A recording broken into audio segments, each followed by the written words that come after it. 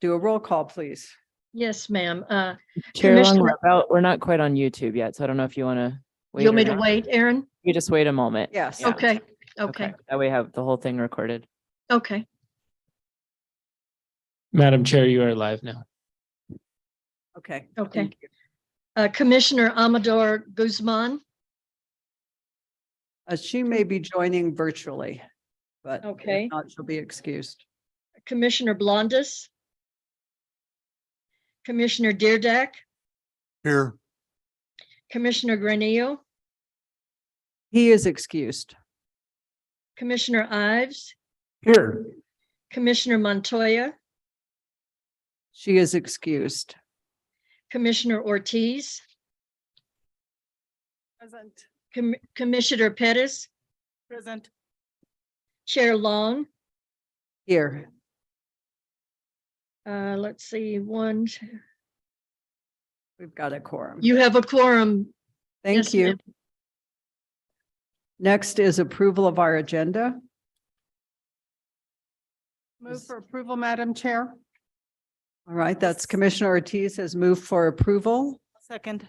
And the second by Commissioner Pettis. Let's have a roll call vote, please. Commissioner Deerdack, Aye. Commissioner Ives, Aye.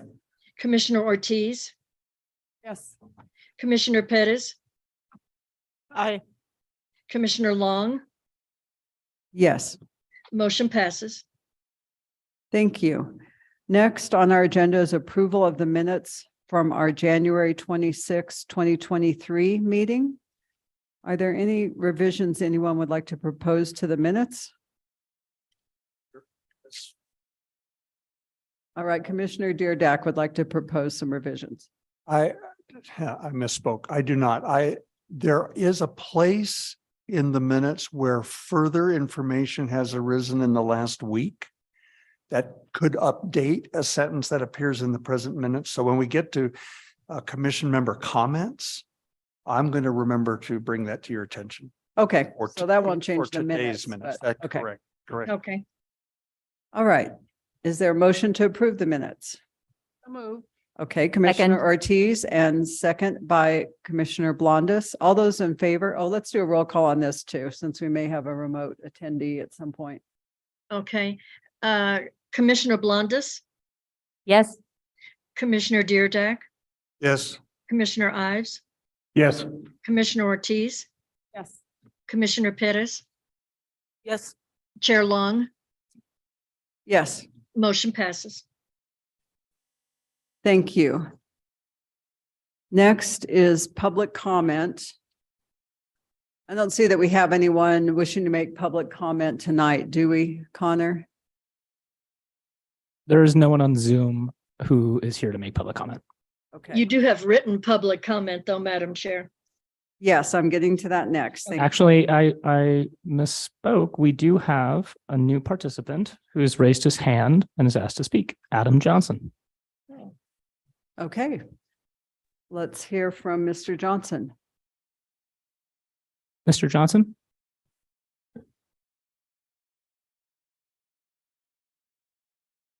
Sometimes it takes a minute to connect. Can you hear me? Yes, Yes, we can hear you. Okay, thank you. My name is Adam Johnson. I'm the executive director of the Old Santa Fe Association. And I want to thank you for your work on this commission. I have three questions. I don't actually have comments. The first is, I'm wondering what the best way for the public to participate in the Charter Commission review is, and to stay updated as to your findings. I've been looking at some of the minutes from past meetings, but I'm wondering if there's a website or anything like that you all have established. So that's the first question about participation from the public. The second is, I'm wondering if there is an easy way to access the previous charter report, including the minority report that was published alongside of that. And if there's an email address or a website that I could access to take a look at those documents. And sort of in line with participation, I'm wondering about the how the public might suggest questions for you all to explore in the commission. One that I have, and I'm actually agnostic on the issue, I'm sort of curious to learn more about it, is the appropriateness of land use cases to be quasi-judicial, and if that question is something that this body would consider. I'm sort of have conflicting opinions about it, and I'm just sort of wondering if that is a topic that you all would take up. So those are my questions. Thank you for your time. Okay, thank you. Thank you for your comment. I will say as to the public participation, we have, as you have just done, we have meetings twice a month, and we do always have a place on the agenda for public comment. And we invite that. And written public comment can also be made. And we have just recently received some written public comment. Our prior meetings, I think, are all available on the city's website in the archives for meetings on YouTube. And minutes should be available as well. And it sounds like you've accessed some of those. So those are the ways that I know that we are getting public participation, and we really want to have it.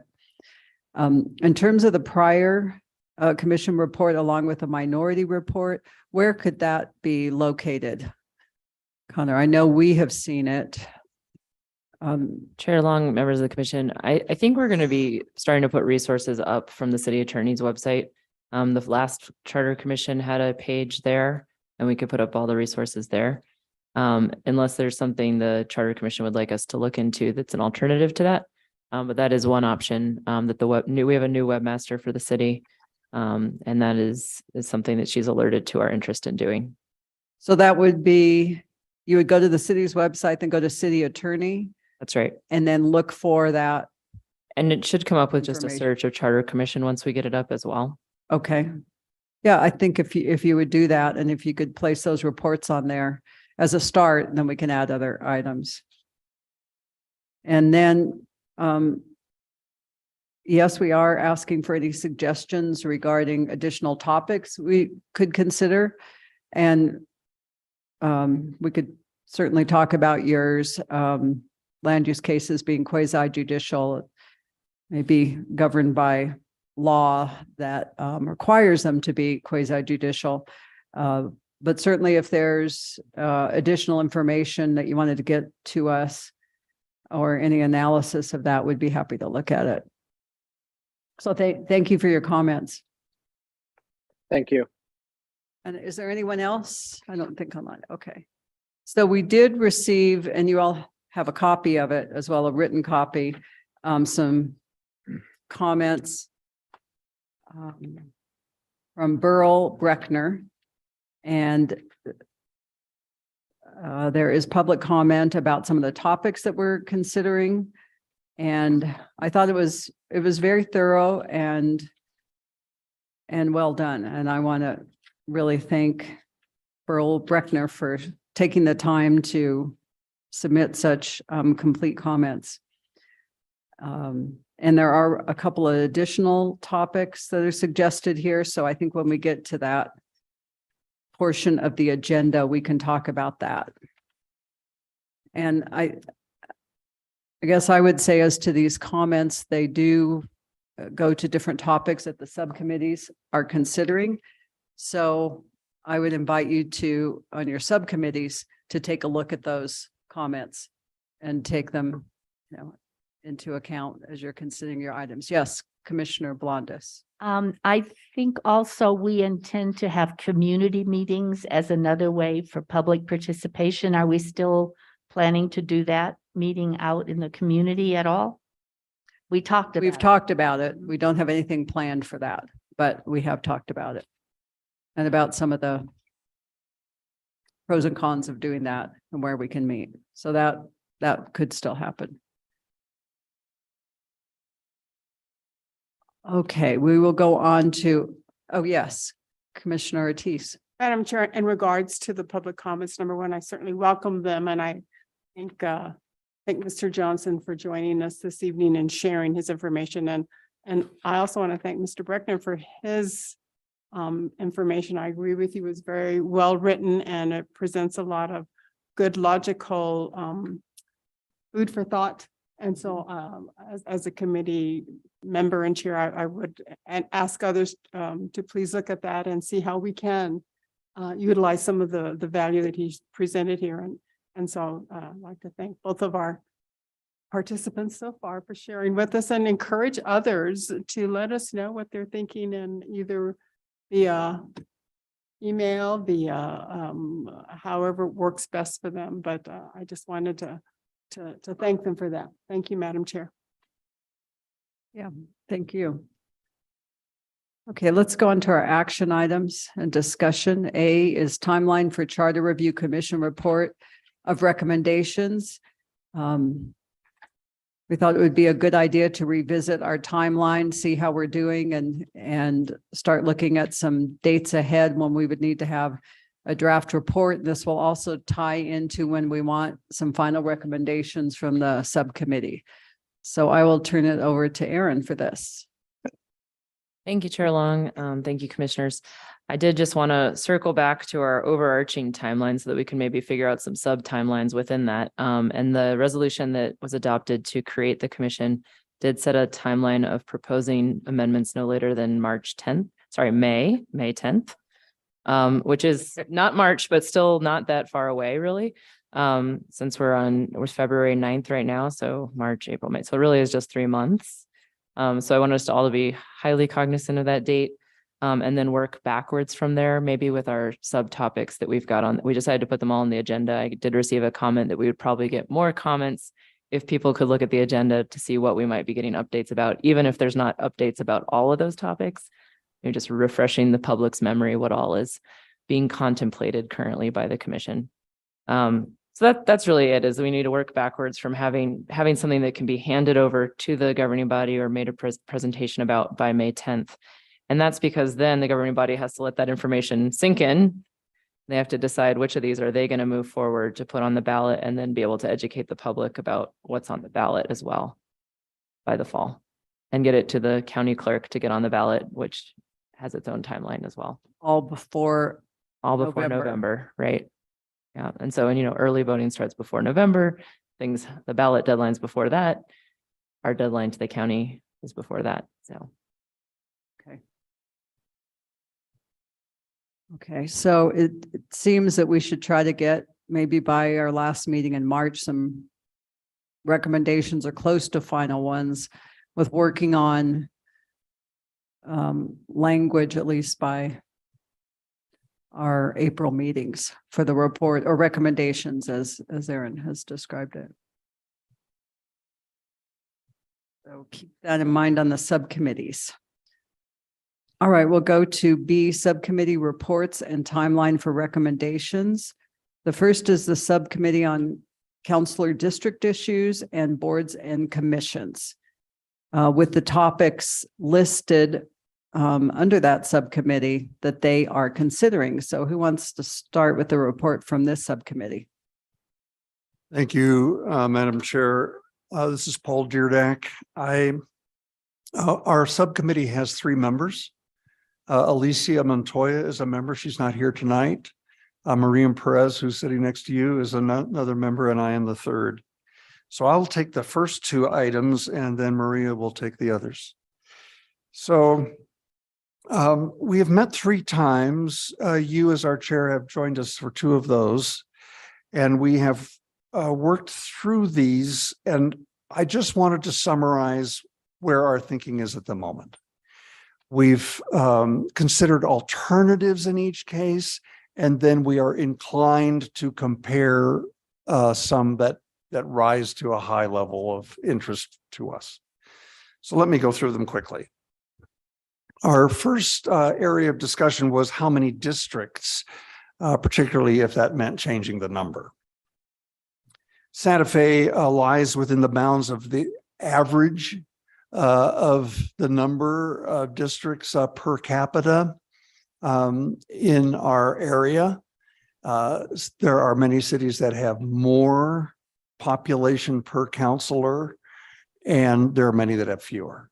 So we are right in there somewhere, and that augurs well, in our opinion, for what we should do going forward. We did take a look at what's happened each decade in the census.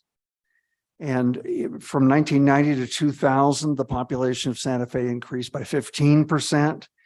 From 2000 to 2010 by 25%. And from 2010 to 2020, the number dropped to 9%, but the number for the county as a whole was 25%, which is particularly interesting because in this last decade, it was the first time in a very long time that the population of the state as a whole increased only in low single digits. It had always been in double digits before, but it dropped while Santa Fe County stayed at 25%, which was kind of shocking to that process.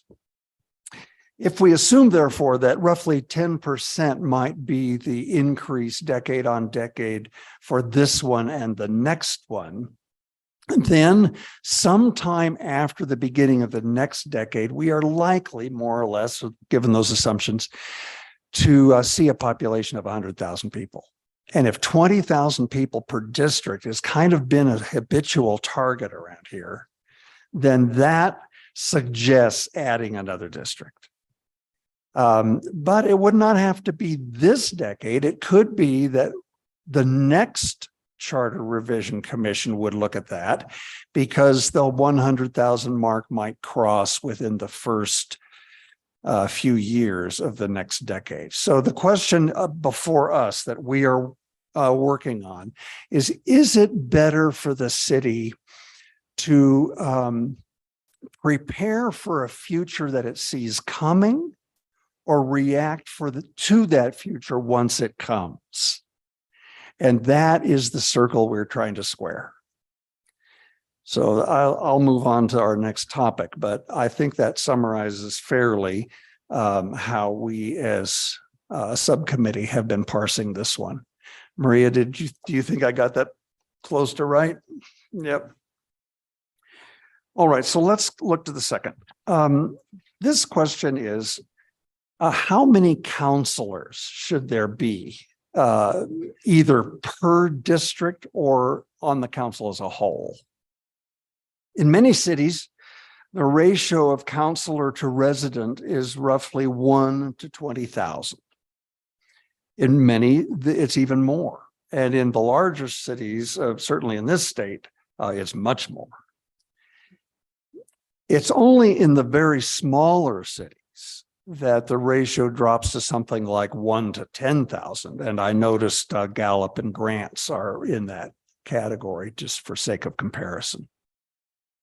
We decided not to consider 3 counselors per district or fewer districts or counselors elected at large, as some cities do, because we noticed that the advantages in either case just did not appear to outweigh the huge disadvantage of asking people in Santa Fe who've become accustomed to this system we have to change. That change is a cost in itself.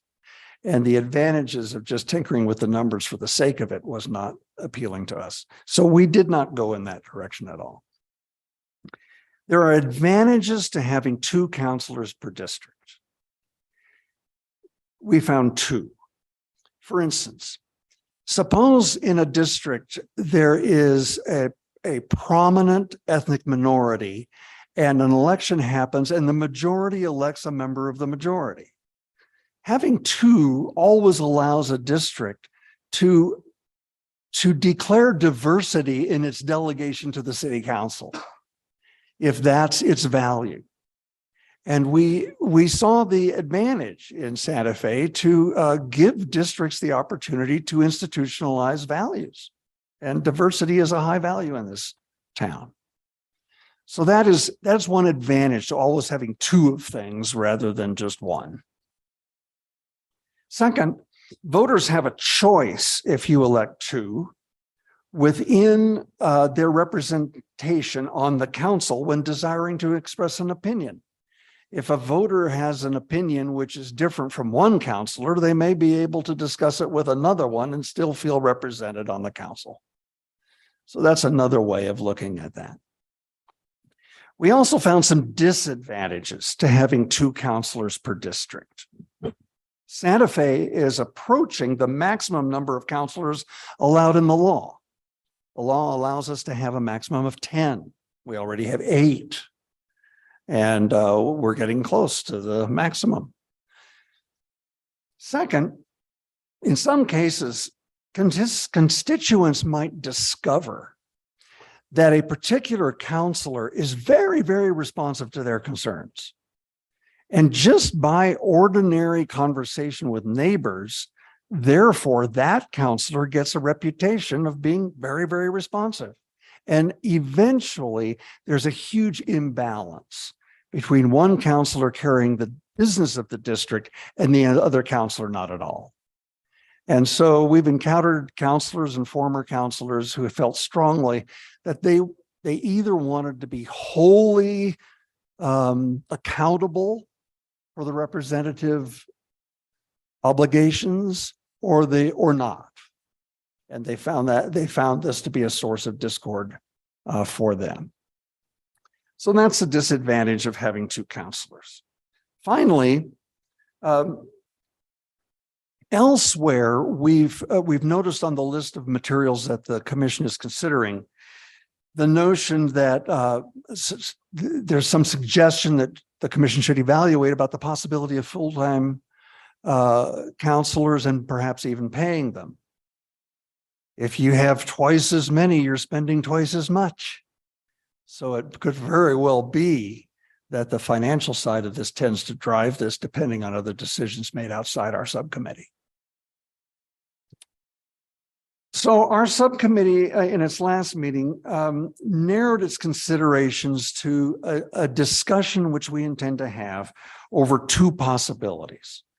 What would Santa Fe be like if it had 5 districts with 1 council member each, or 4 districts with 2 council members each, as we do now?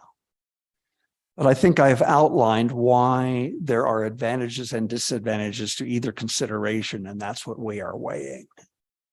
So that's a progress report in subcommittee number 1, and Maria will report on our other 2 topics.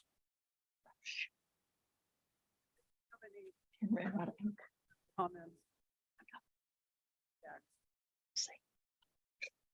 We're at that point. Okay. Yes, go ahead. Committee member. Thank you so much, Chair Long.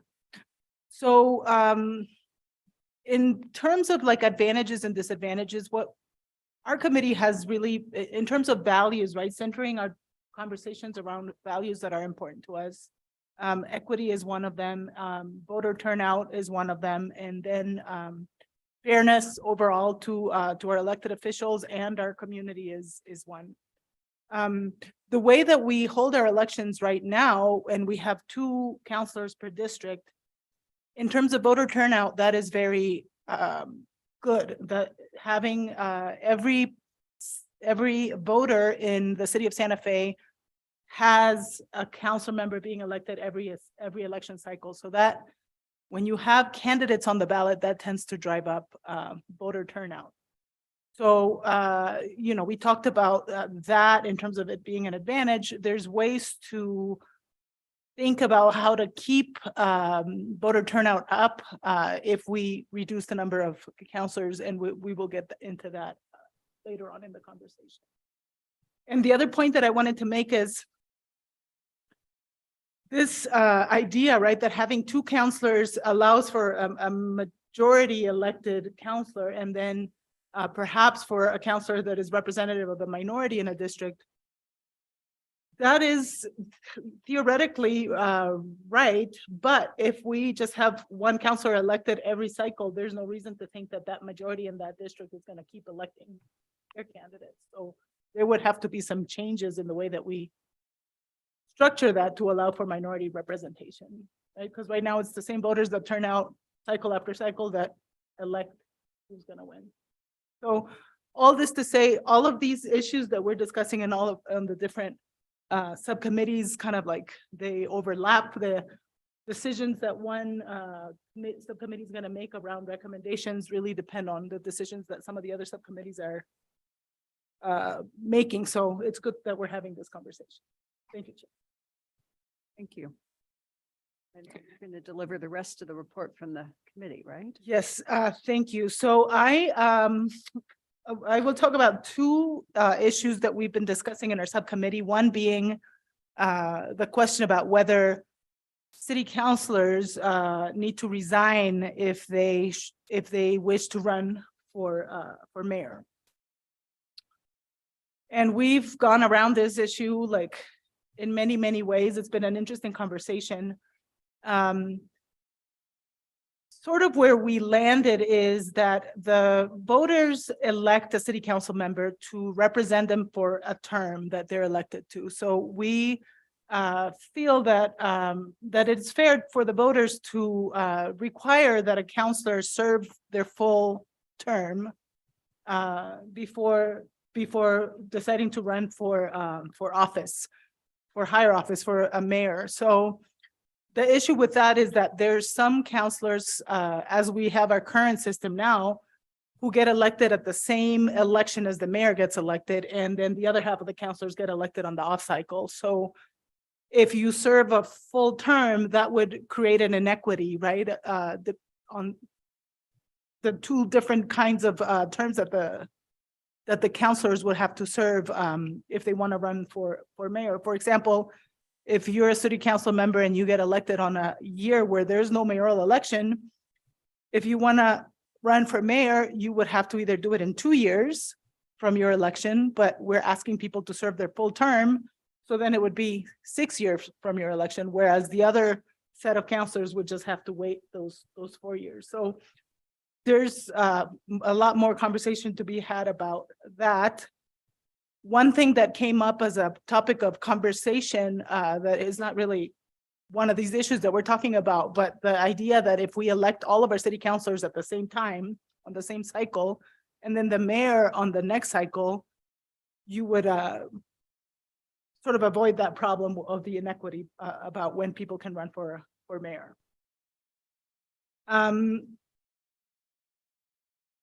Did I miss anything about that? I think as Maria just said, some of our discussion has come from the fact that discussing the topics that were assigned to us requires that we think about other unintended consequences that may look like some people like another topic. And so I've noticed on the agenda for today that item 6C is additional topics. And I'm prepared to bring one kind of right down the line that Maria has been talking about, so that the full commission is aware of things we're working on as derivative from the topics we were assigned, not inherent in them. So please expect that when we get to item 6C. Thank you, Commissioner. And then finally, our subcommittee has been talking about this issue with boards and commissions. Should they, like, how to manage them and keep them efficient? This is a topic that I brought up for the commission to look at. And you know, we as a subcommittee agree that there's too many boards and commissions right now, that some of them are very much working and have a clear task that they're working on. And some of them are not very much. Some of them meet, some of them don't meet very much. And there's some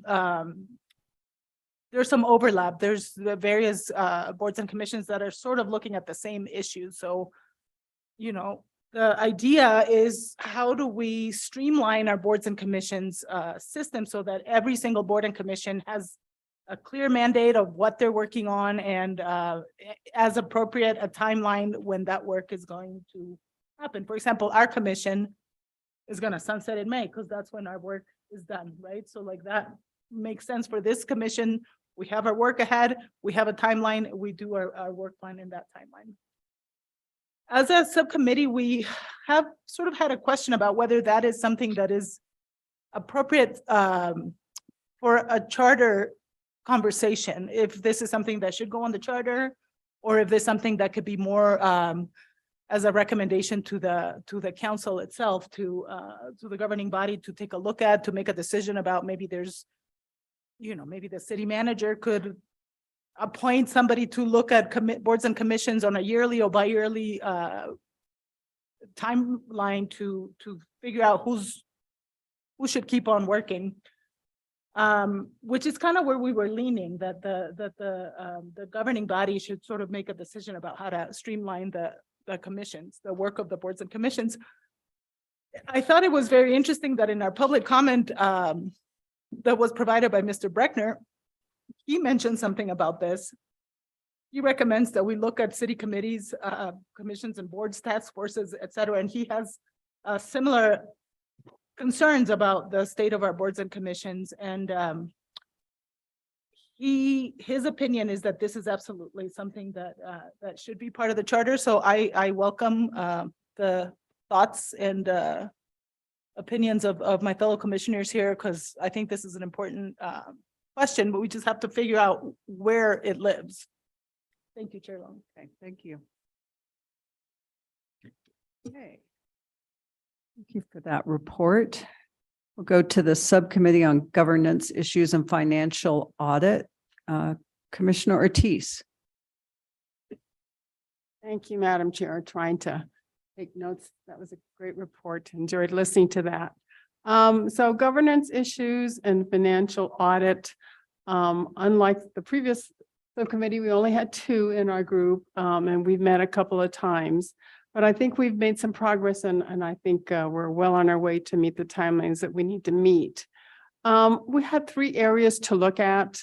One was should a mayor be purely executive rather than both executive and legislative?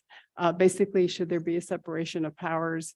And if yes, what rights and limitations are required that we're going to need to incorporate to the city charter? So we've talked a bit about that. And Paul will be addressing that in a second. I'll give him a moment to talk a little bit about that. And then the other 2 areas talks and deals with the definition of roles for our mayor, councilors, and city manager. Are they clear? Are they specific? Do they give the guidance that is needed in a constitution charter for our city? And then also in part in that conversation should be the definition of powers and duties should counselors be full-time. So that is certainly another issue we've been talking about. And then the third issue deals with should the charter address additional financial matters, because there are very few in our existing charter. And so those are the areas. And regarding the financial management matters, well, let me back up. What we've done is we've compared the city charter, Paul and I, to the model best practices of the National Civic League, the model charter that has been around for about 100 years. And so it's a really good, well-proven model that we think makes sense to at least look at and compare that with our city charter, which we've done. We've done that the first meeting. We've looked at the areas in our city charter that are silent to some subject areas, specifically financial management matters, and it's very silent in that regard.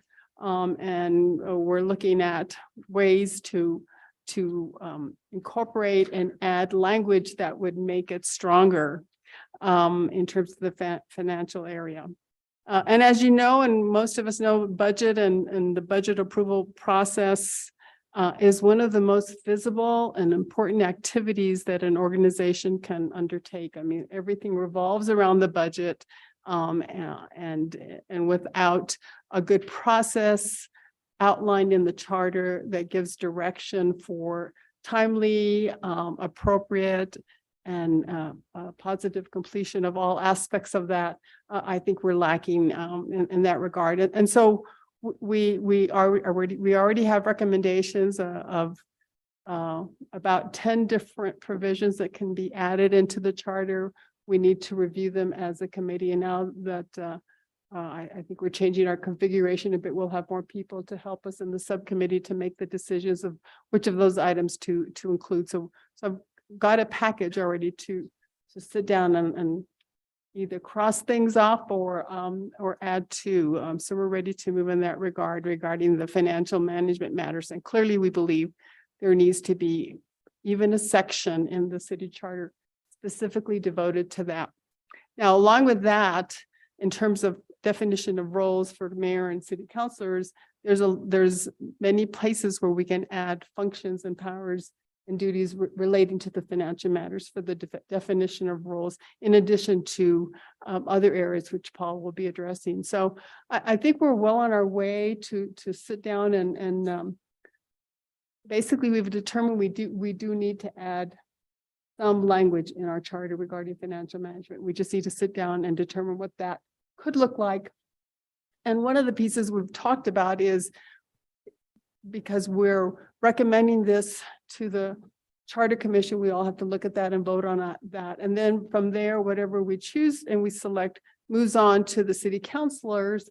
We and the governing body, we've decided to be more inclusive and in our recommendations, that way gives the city councilor, this board and the city councilor more information and opportunities to weigh the merit of each of the items that we're recommending. So we're looking at being more inclusive as opposed to not. So that's part of what I've covered on the financial matters. Paul, did you want to talk about the executive versus legislative piece that we've added? Thank you. So when we first met, we as a group asked that I look at the way the charter is laid out just structurally. Some of the observation was that confusion about roles and disagreement as to what roles ought to be can obviously emerge from the fact that our present charter is not constructed in the way that other constitutional documents throughout our civics are, and it could be.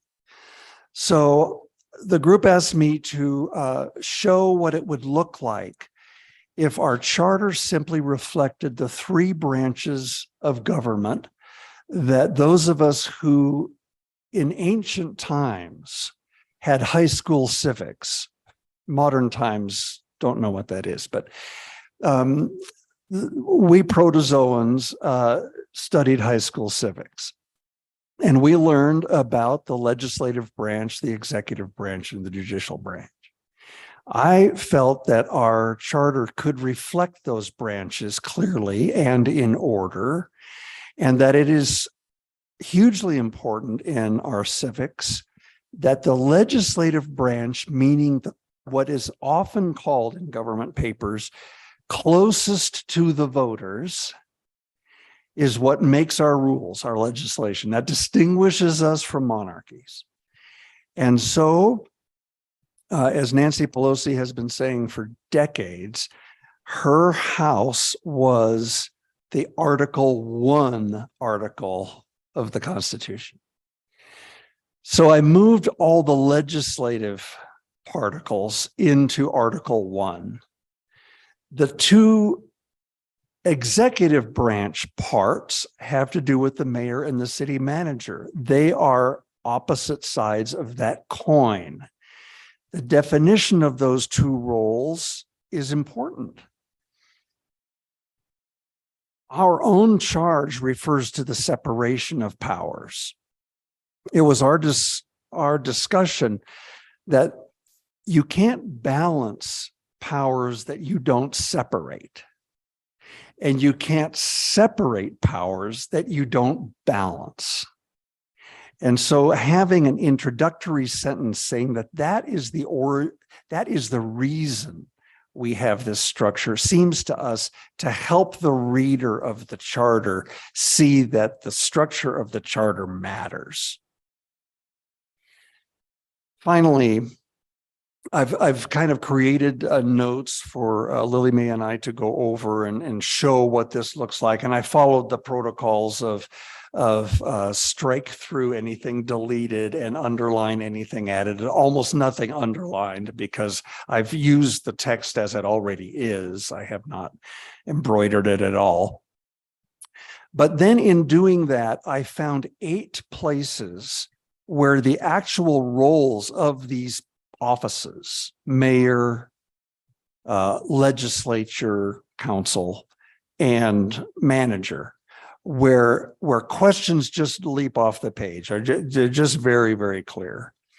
And so I've highlighted those for our next further discussion. I did not modify anything on my own, but that is part of our committee process.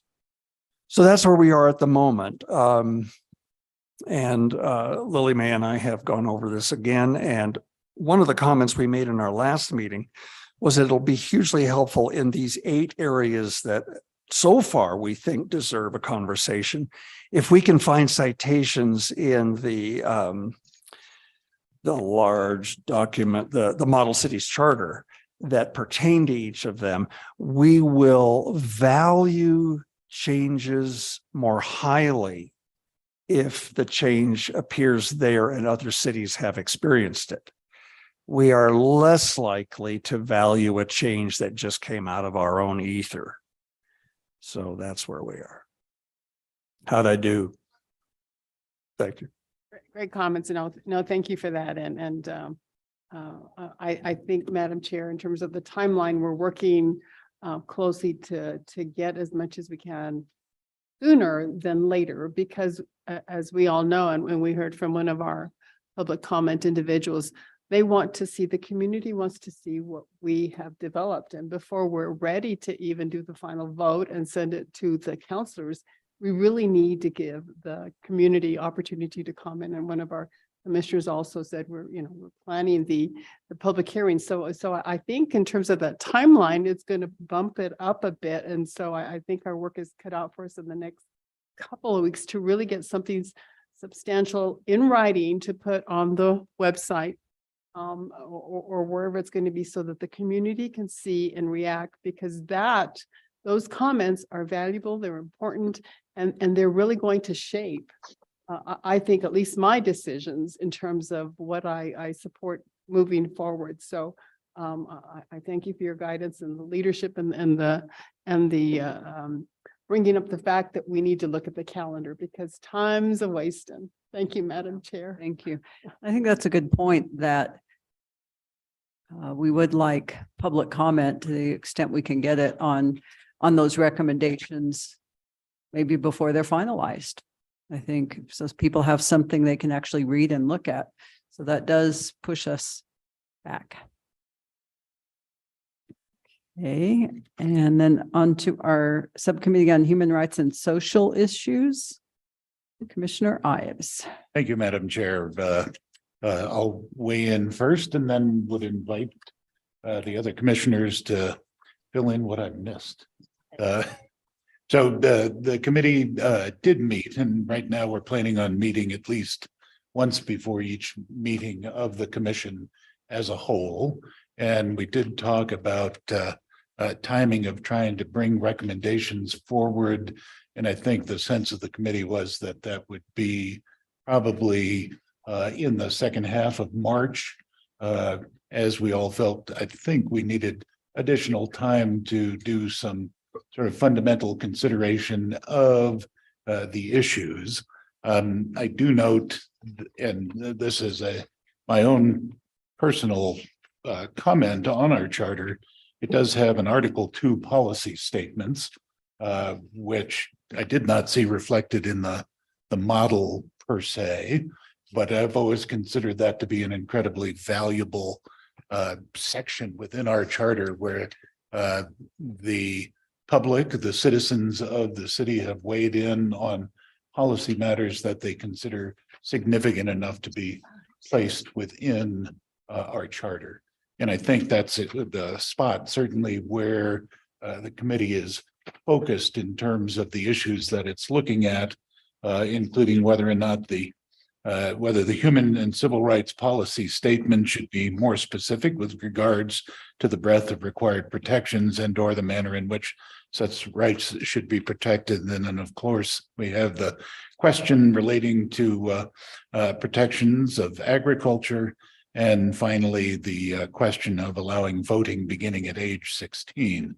I would note that with the legislature in session, that seems to be a topic that is being considered at several different levels within the state and may result in something being put forward within the legislature. So we're certainly paying attention to that and what's happening there.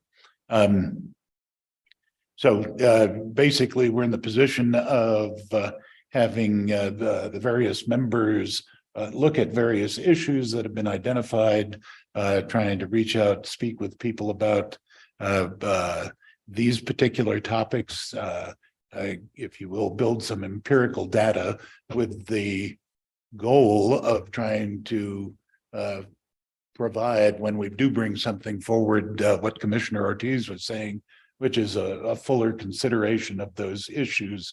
So it's not just the language of a recommendation, but would include a rationale and thinking behind it. So that's basically the course we are on currently, and the timing I think we're on, or at least intending. So Thank you. Anything else to add, Commissioner Blondes? I think that another thing that has come up recently, we were talking about forming a human rights commission. And just recently in the news and at the council meeting, it was announced by Councilor Romero Worth that they are working toward actually creating an office of equity and inclusion. And thus, then we need, I think, to explore that further and get a sense of what that means to them, what their intention are, how is it going to be executed once it's formed. And I think Maria probably has some comments that she had at the meeting. Thank you, Commissioner. Yeah, I mean, I'd like to give a little bit, share a little bit of our thinking for the public to sort of have a better idea of what it is that we've been talking about. So we were talking about, you know, weighing the options of the establishment of a human rights commission versus the establishment of an office of equity and inclusion, or in some cities that have such offices or departments, they're called different things like Office of Equity and Human Rights.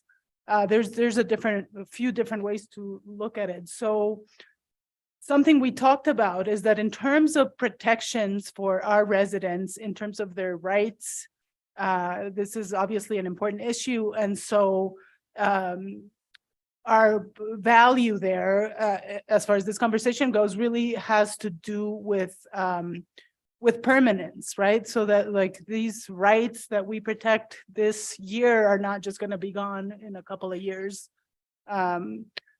So part of what we're doing at this moment is researching some of the offices or departments of equity and inclusion, equity and human rights that have been established in some other jurisdictions throughout the country, and see, are they working? Are they not working? How are they working? What is it that they're trying to accomplish? And how things are going for some of those different examples where some of these offices have been, implemented and actualized.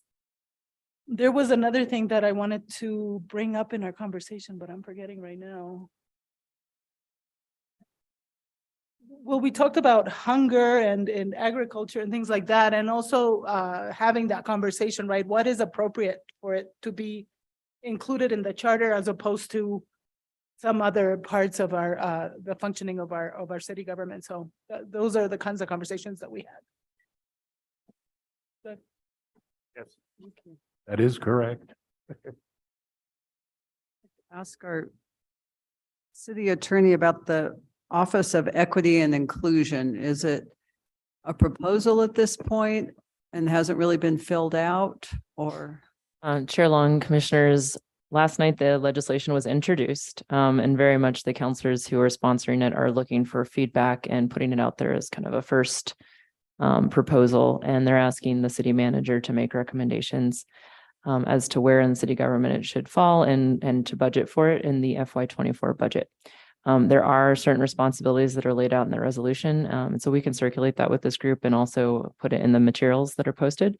So that's a resolution that also has recommendations for the obelisk, the short term and long term in terms of consultants and proposals, and then also recommendations for this office based on the chart report that had come out this fall. Okay, yeah, I think it would be good to see that and probably helpful to this subcommittee. Thank you. That brings us to new topics to consider. And I know you're going to have one, Commissioner Deardack, but I just wanted to get back to our public commenter, our written public comments, I should say. From Burl Breckner. As Commissioner Pettis noted, he does deal with boards and commissions, and I feel like you can look at that and we're already addressing that issue. The one I saw that was a new one was the official recall provisions. And I thought, Commissioner Pettis, you had some interest in that as well, or am I wrong about that? Or recall or referendum, maybe? Referendum. Okay. So I don't know if this would need to be filled out some more and we could invite that further public comment to see if it's something we'd want to take up. But I saw that as a new topic here. And then as far as the topic on quasi judicial land use decisions that was suggested by Mr. Johnson, I think we would just need some more information on what that proposal is. Is it a proposal to have a different body hear those cases? Or I think there might be some legal restrictions on us on that one, but we could certainly look at it at a future meeting. Okay, I'll go to Commissioner Deardack for your additional possible topic. Yes, I think that Maria mentioned it a moment ago, and that is that the considerations that we are making about the number of counselors and the number of districts necessitate our talking about election cycles. It's not whether or not to have elections, and it's not who to elect and who not to. It's about how the cycles of election are affected by what the charter might contain. Now, it could very well be that the charter will simply say, as one of its provisions, that the council shall by ordinance handle these consequences. That's one way of approaching it. That's not the only way. And it could very well be that we will want to put a sentence or some sentences about what we see as the future cycling of elections versus what we've experienced in the past. It does not seem to me to be clearly contemplated by the questions that the council referred to us. But our discussion of them is ultimately going to require it one way or the other. As part of the committee discussions on council districts and number of counselors. Yeah. Okay, and it sounds like you're already dealing with that. I don't know how the commission feels, but did you want to make a motion to include election cycle issues as a topic? Do you feel like I do, particularly if my colleagues on the commission agree with my observation. Yes. Would this come sort of like the one that I proposed about the Human Rights Commission? Would that not already fall under the purview of what you're doing? Is it necessary to have a vote? It seems like it does, but I think Commissioner Deardack was saying he wants it to be more Let me continue. stated more clearly, I Yeah, guess. Nancy, you have the experience of another commission on the charter. Was it your experience that the council wanted to see strictly responses to the memorials that they had sent to the commission, and they were surprised by others that arose ex novo? Or do you think that our simply adding another section that wasn't contemplated at all is going to go over well or poorly? Well, I don't recall that that was an issue 10 years ago. And of course, it was a different council. But I think because it's a consequence of what you're looking at, and if you feel like it needs to be analyzed as part of that picture, I don't see why there would be a problem with it. You have another committee that's looking at elections, that's looking at voting in elections. How do you want to assign this one if you do? Well, it sounds like it's tied up with number of councils and districts and whether you have to resign and that sort of, Yeah. not with the 16-year-old vote. So Okay. that's the way I look at it. So I don't know that it needs, I kind of agree with Commissioner Blondis. I think to me, it seems like sort of a subset and you're not out of bounds on a brand new topic, but it could go either way. I will take that as permissive. Commissioner Ortiz? I would agree with that. I think if it's coming up in the conversation and the dialogue, it makes sense to continue entertaining that conversation and see where it leads. It may lead somewhere, it may not, but I think that's part of the fact-finding process. Entertain all we can in terms of our conversations and see where that takes us. I don't think we really need to vote on that, but as far as I'm concerned, but I think the conversation should continue. So I appreciate you sharing that. And also, Madam Chair, I agree with you in terms of the comments that were received regarding the Article 303 regarding Mr. Breckner's comment that it would be wise to look at the charter's elected official recall provisions. I think it's worth looking at. I haven't had a chance to do that, but I think if nothing else, we could learn something from that and add to our conversation. So I don't know, Madam Chair, if you need a vote on that or motion, or if you just want us, how you want to handle that, because I agree with you that it needs to be looked at. Well, I think if we're going to be asked to assign that to a committee and ask staff to help us with work, then we need to know if people are ready to vote on that or not at this time. I mean, if we need more information about it, but I'm feeling like I do, because the comment's not very well filled out. All the rest of the comments are, but this just says we should look at it. So I feel like we probably would need some more information on what the issue is. Eased, he's talking about easing, so I don't know if that's number, I'm not sure. Number of voters. I don't know either. So would we have to vote to get someone to look at it, or we would look at it and then decide to vote? I mean, I'll be happy to make a motion to put it on the schedule. Okay, I think to look at it, we probably should vote to see if we want to examine that issue. Is it appropriate now, Madam Chair? Yes. Madam Chair, I move that we look at Charter Article 3.03 that deals with the charter's elected official recall provisions to see if that needs addressing. Okay, is there a second to that motion? Second. Okay, Commissioner Ives, what about discussion? Whether we want to look at that? Just to clarify, Madam Chair, what is it that it is? 3.03. So are we talking about a statement that any person knowingly providing or causing to be provided any false information on a petition, forging a signature or signing a petition when that person knows that he or she is not a qualified elector in the city of Santa Fe is guilty of a misdemeanor? That's the clause we're talking about? Not seem to fit? Oh, wait, no. Sorry. I was on the referendum. My bad. Got it. Thank you. Okay.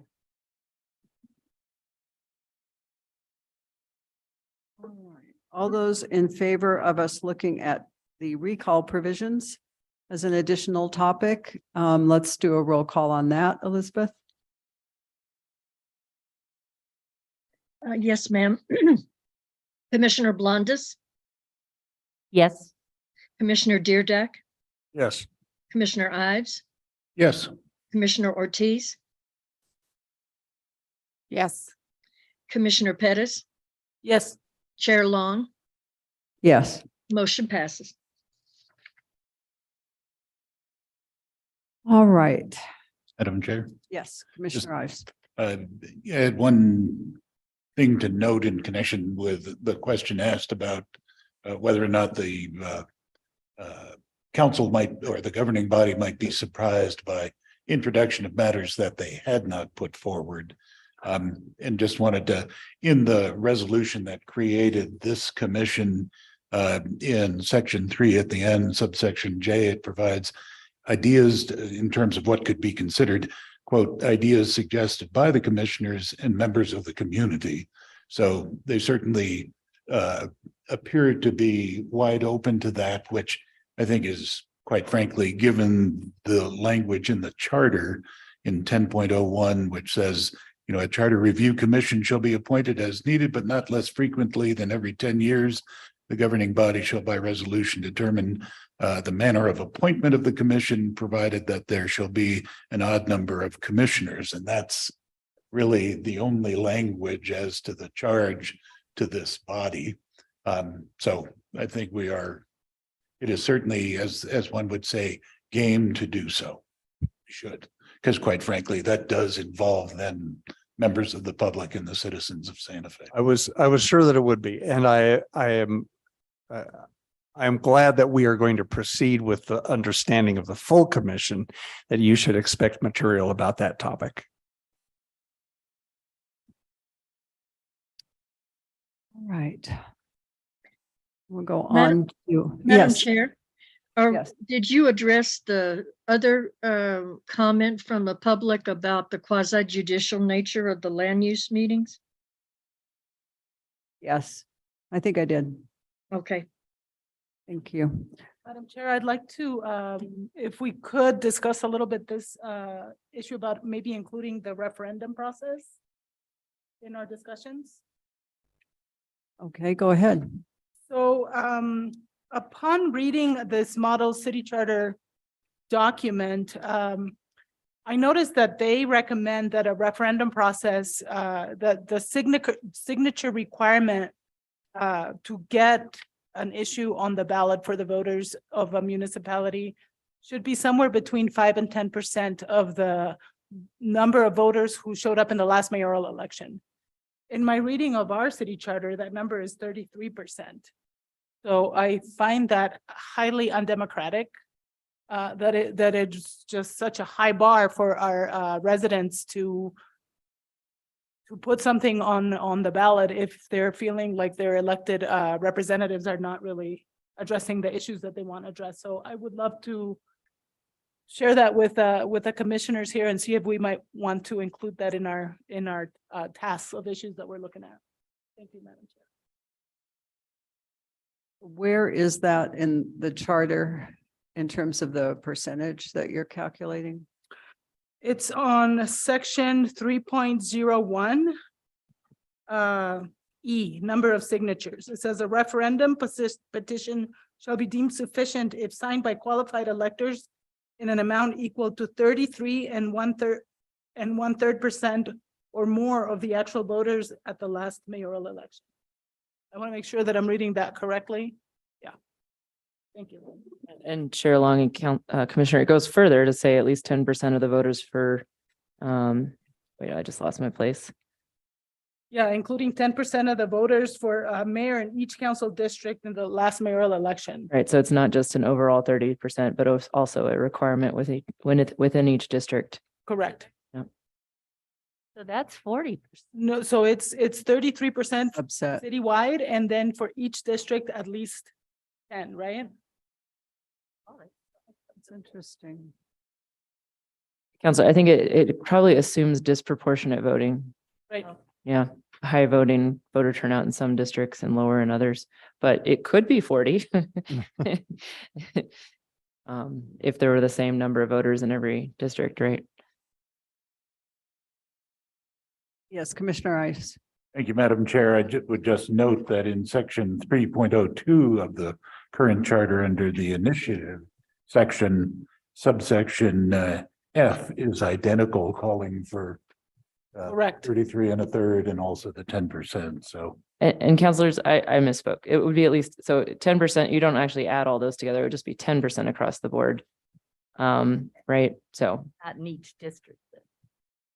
right, it would be each district, but 10% from each district would just be 10% across the board if it were equal rather than 40%. So I misspoke. But the 30% would be the higher part.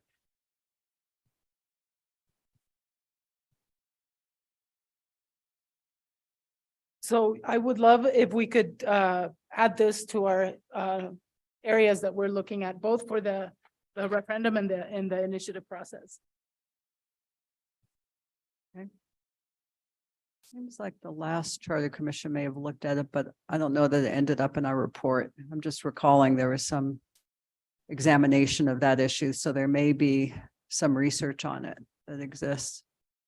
Yes, Madam Chair, I also want to, this is an important issue for me because as a state, the state of New Mexico does not have an initiative, a citizens ballot initiative process. So as residents, voters of New Mexico, we can't put something on the ballot at the statewide level. And that is kind of rare. Most states do have some sort of initiative process for the citizens to. And the idea behind this, right, is direct democracy. If your representatives are not responsive to what you're saying that it is that you want, then there's an avenue to go to say, okay, I'm not feeling represented. My representatives are not really taking, the community's desires into account. We can go with this different route, which is gather signatures and put something on the ballot regardless, right? So it's a balance between representative and direct democracy. So given the fact that we don't have this at the state level, I find that it's really important to have it at the local level. And this bar is way too high for people to actually be able to put forth a citizens initiative. Thank you. thank you. So is that a motion you would like to make to include referendum? Yes, I would like to include referendum and initiative. So 3.01 and 3.02. second, Right, that is seconded by Commissioner Ives. Is there further discussion on this proposal? All right, Elizabeth, let's take a roll call vote as to whether we're going to include this as an additional topic. Commissioner Blondus, Yes. Commissioner Deerdak, Yes. Commissioner Ives, yes, Commissioner Ortiz, Yes. Commissioner Pettis, Yes. Chair Long, Yes, motion passes. okay.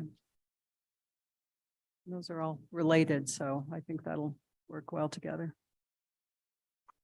All right, let's go on to matters from staff. Do we have any matters from staff? Chair Long, commissioners, I think just one thing, Connor and I spoke today. If you would like printed materials every meeting, let him know. If you don't need them every meeting, our preference would be not to print them if you're not going to use the printed. We have been trying to reduce paper overall, but absolutely, we also want to give you the materials you need. So I think whenever we send things out, he'll be asking, if you'd like this printed, let me know. If you've already given him an overarching, I want everything printed, he will know that. So I just want to mention that. And then we will be working with the webmaster on creating the resources page. So if you have specific things, if you could tell the chair, and maybe we can coordinate through Chair Long, but we'll put up the resources that we've already given to you. Okay, that sounds great. Yes, Commissioner Blondus. Just a comment. I think maybe we could say, unless folks have access to high-powered printers, that when we get something like this, which was 82 pages, that would be reasonable if we want it in print to request it. But a 2-page agenda or something like that isn't really as important as the longer printed out articles, like the charter you provided to us, things like that. But Right, Chair Long, commissioners, I guess my default is no paper personally. And I'm trying to go that direction, and I'm trying to get my team to go that direction. We're trying to go paperless at MuniCourt. We're doing all electronic signatures. We did that before the pandemic. So I'm just telling you, that's our general principle. We're happy to not do that for you, but that's our baseline. Old school. But if you want something printed, then you're saying that's fine. We'll just let Connor know and he'll give it to you. Yes, Commissioner Ortiz. Madam Chair, I just want to clarify, we have on the website, we're going to have a section for resources. And I want to make sure that we only put items on there that are resources and that we don't start adding any of our work products yet, because the work products that we're all working on need to be finalized by the subcommittee and then brought to the full committee and acted on us before we put it out there, just so that we keep it clean and just want to make sure we look at Okay, that's a good maintaining suggestion. that. Thank you. Okay, any matters from the committee? Any other matters? Covered a lot tonight. I'm sorry to say that I do have one. Go ahead. As I noted earlier, the last minutes, I voted for them. I thought they were excellent. Two details on page 3 have moved since we met on January 26th. I referred at one point to the city of Topeka meeting in Maryland, and I was in error. As Ms. Brechner wrote, there is no such thing as Topeka in Maryland, but there is Tacoma Park, Maryland. And for the record, my reference should have been to Tacoma Park. Furthermore, at the end of that paragraph on page 3, I suggested that the issue of 16-year-old voting will come up in the session. Until today, it did not appear as though it might. But today we get the word that some members of the ledge intend to bring it up as a separate item. It will not be part of Senate Bill 180 or House Bill 4, but there is a move at the present. So at our next meeting, I will update you once again, because as Peter said, if the state's going to deal with this, then we can simplify matters tremendously. Yes, Commissioner Ortiz. Madam Chair, just a clarification, House Bill 217 Is that what it is? has been introduced for 16 and 17-year-olds as qualified electors. For all elections? I haven't read the bill in its entirety. What's the number, please, Commissioner? House Bill 217 217 amends the election code to allow residents who are at least 16 years of age to vote in elections. This bill also repeals sections 1-1-5-10 MSA 1978, which defines a qualified resident as an individual under the age of who otherwise satisfied voter eligibility requirements. I'll be happy to hand this to you. Is that Javier Martinez? Sponsors are Trujillo and Ortez. Wow. Thank you. Thank you.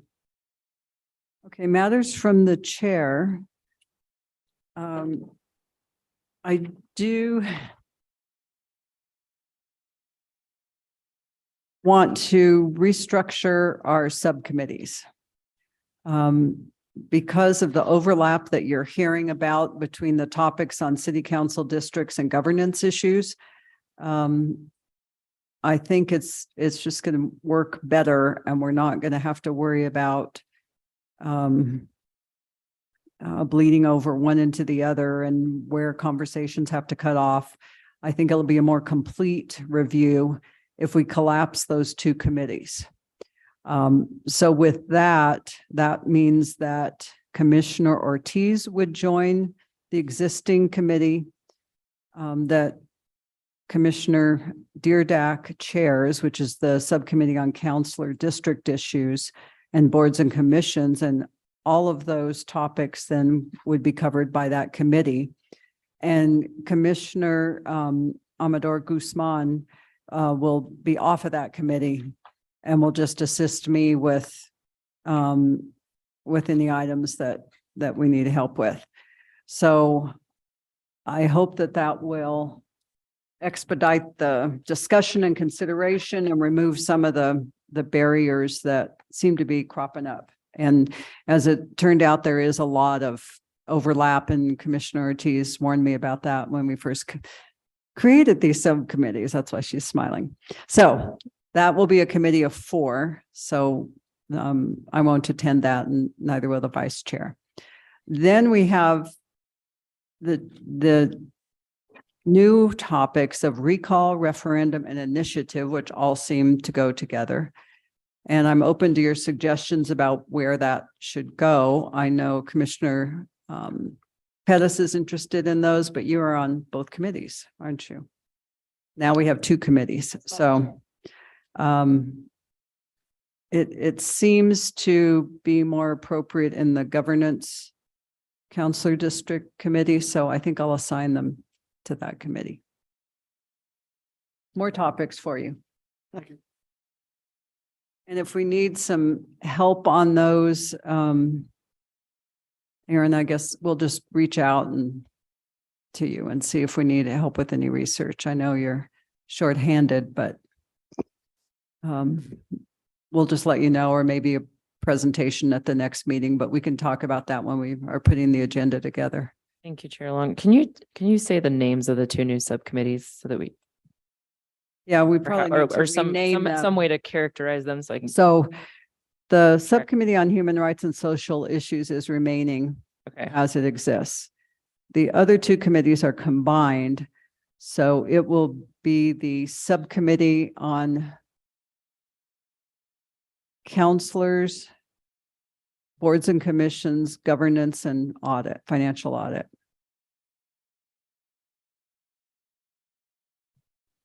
And Madam Chair, Well, yeah, that's not an official other topic. Thank goodness, or the list grows. So in that committee will also consider referendum, initiative, and recall. And we can rename it to something a little catchier if we need to, but it's getting long. Okay. Maybe it's governance, really. Maybe Governance and financial versus- audit. Okay. Uh-huh. Okay, great. That helps. Is there a third? Governance and finance. Okay. There's just 2 now. There's not. There are just 2 now. Governance and finance and human rights and social issues. And then the membership for governance and finance. Human rights and social issues stay the same, right? And then the other, okay, I know how it is now. Thank you. Yes. And we're just adding Commissioner Ortiz to the other committee, and everyone else is the same. Okay, that's all I had. So our next meeting is Thursday, February 23rd. It will be here at 5 o'clock. As a reminder, both of our meetings in March are virtual, right? We voted to do that. So I think that should be helpful to people in March, hopefully. And if we need to do an additional meeting in March, we can look at that at the next meeting if people are interested in that.